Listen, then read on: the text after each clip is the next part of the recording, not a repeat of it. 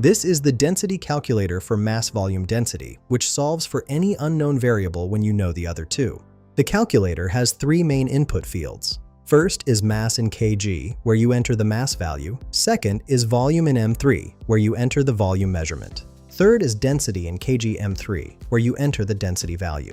Above these fields, you'll see a unit system drop-down menu with two options, metric SI and imperial. For this demonstration, I'm using metric. Here's how it works.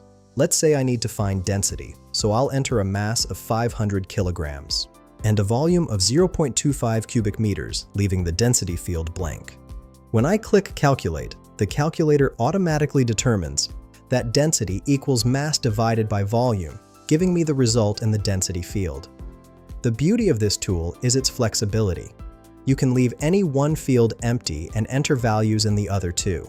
Whether you need to find mass from density and volume, or volume from mass and density, it handles all three calculations seamlessly. Find the link in the description below.